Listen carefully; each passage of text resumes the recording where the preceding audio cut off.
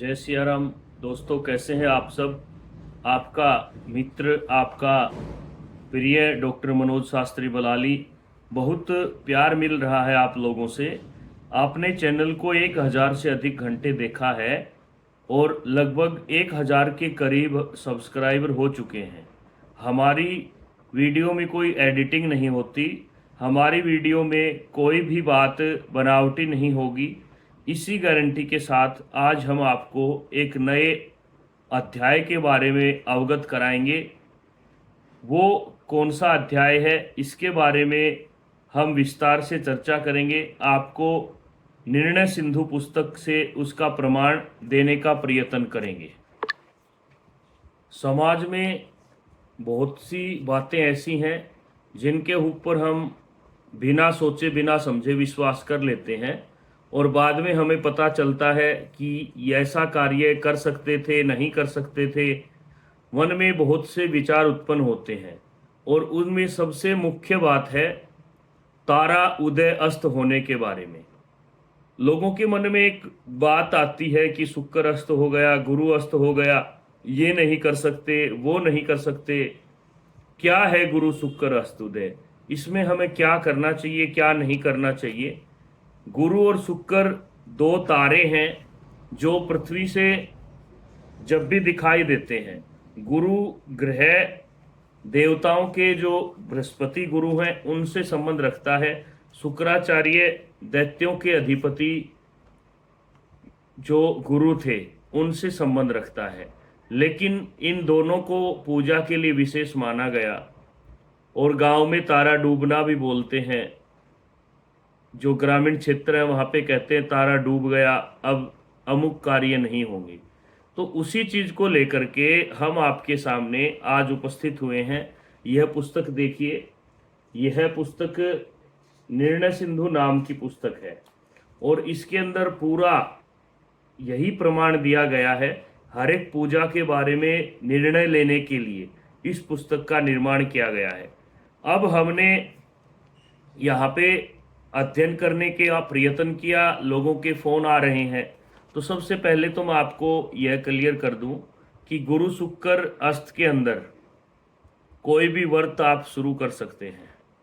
शुक्ल पक्ष का होना आवश्यक है व्रत प्रारंभ करने के लिए, क्योंकि जब हम तिथियों की गिनती करते हैं तो शुक्ल पक्ष की प्रतिपदा को 1 गिनते हैं और अमावस्या को हम 30 गिनते हैं। इसलिए कोई भी कार्य हो वृद्धि के लिए किया जाता है, कोई भी व्रत हो अच्छाई के लिए होता है।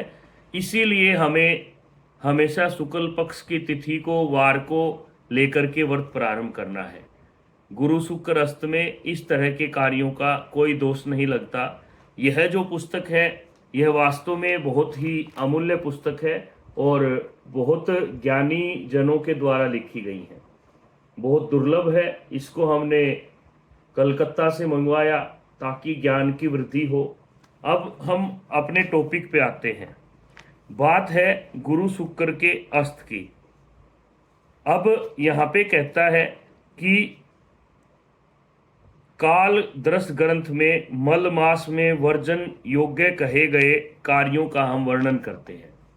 मल मास में और गुरु शुक्र अस्त में दोनों का एक जैसा ही वर्णन है।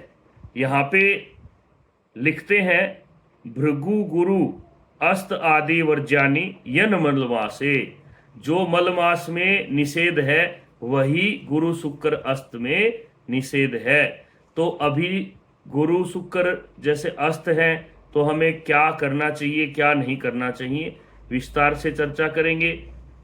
आगे कहता है कि जो कर्म नित्य न हो, जिसका कोई निमित्त न होवे, और महादान, अग्नि का आधान, यज्ञ, अपूर्व तीर्थ यात्रा, अपूर्व देवता का दर्शन, देव वापी सरोवर की प्रतिष्ठा, यज्ञोपवीत संन्यास आदि आश्रमों का स्वीकार, कामना के निमित्त बैल का त्याग करना, वृषोत्सर्ग करना, बालक को प्रथम बार घर से बाहर निकालना, राजा का राज्याभिषेक, प्रथम मुंडन, व्रत, अन्नप्राशन, गृहों का आरंभ और गृह का प्रवेश, स्नान, विवाह, नामकरण, देवता का महोत्सव अर्थात वार्षिक आयोजन है या कोई प्रतिष्ठा का विचार है।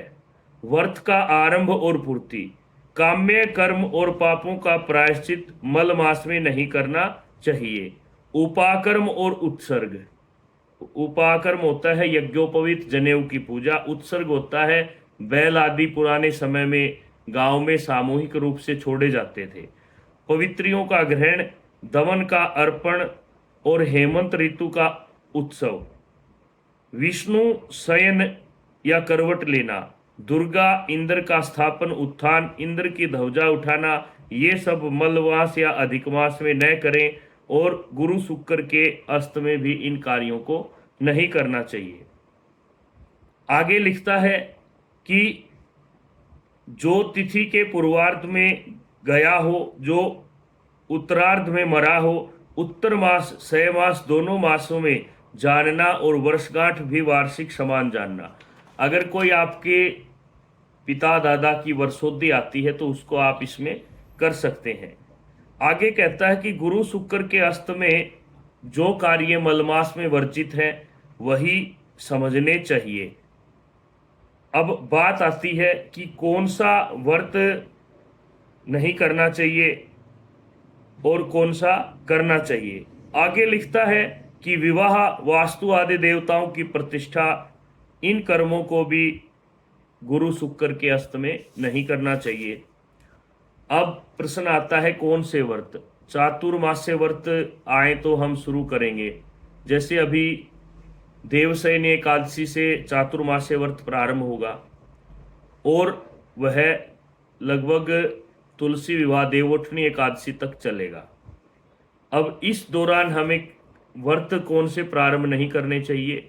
जैसे आपको कोई पूर्णिमा का व्रत प्रारंभ करना है या आपको कोई प्रदोष व्रत प्रारंभ करना है या आपको कोई विशेष कामना के लिए कोई व्रत लेना है, उन व्रतों को हमें इसमें नहीं करना चाहिए। प्रथम बार जो मुंडन होता है, जो पूजा होती है, अपने कुल देवी या कुल देवता के यहाँ बाल उतरवाते हैं, वह भी इसमें नहीं करना चाहिए। वैसे आपकी अगर कोई पहले से संकल्पित या बोली हुई कोई पूजा है वो आप जाके कर सकते हैं। गृह प्रवेश नहीं करना, नए घर की नींव नहीं रखना और इसके दौरान बालक को पहली बार घर से नहीं निकालना चाहिए और देवताओं का महोत्सव, प्रतिष्ठा आदि कार्य नहीं करने चाहिए। परंतु कई बार प्रश्न आता है क्या मूल शांति, मंगल ग्रह शांति, काल सर्प दोष पूजा ये भी नहीं करवानी चाहिए। तो ये आपकी बात वर्णनीय है, आपने सही प्रश्न किया, लेकिन इसका उत्तर ये है कि कोई भी भार अगर शरीर का हमें उतारना है तो वो आप गुरु शुक्र के अस्त में कर सकते हैं। कोई ग्रह शांति है, कोई वास्तु की शांति बने हुए घर में हमने करनी है या कोई गृहस्थी के निमित्त हवन करना है, अमावस्या का, पूर्णिमा का, मंगलवार का व्रत उद्यापन करना है, बृहस्पतिवार का व्रत उद्यापन करना है, वो सब आप कर सकते हैं। परंतु जो बड़े व्रत हैं, पूर्णिमा व्रत का उद्यापन गुरु शुक्र अस्त में नहीं करना चाहिए और विवाह नहीं करना चाहिए। गोद भराई जिसको हम बोलते हैं, वागदान जिसको कहते हैं, वह भी गुरु शुक्र अस्त में वर्जित है। आजकल लोग आधुनिकता में आकर के इन चीज़ों की अनदेखी कर रहे हैं, परंतु भविष्य में यह चीज़ हम सबको नुकसान दे सकती है। संस्कृति की रक्षा करो और बताए गए मार्ग पर चलो। मैं इसके साथ आपको इनकी फ़ोटो भी भेजूंगा, आप उसको देख सकते हैं कि कब गुरु अस्त होगा, कब शुक्र अस्त होगा। इस तरह की बातों को आप ध्यान में रखते हुए अपने सभी कार्य करें। कोई भी शंका हो तो नीचे कमेंट्स बॉक्स में आप लिखिए, हम आपको मोबाइल पर भी सूचना देंगे। व्यक्तिगत मिलना चाहो तो भी हम आपको उसके बारे में विस्तार से बतलाएंगे। जय श्री राम।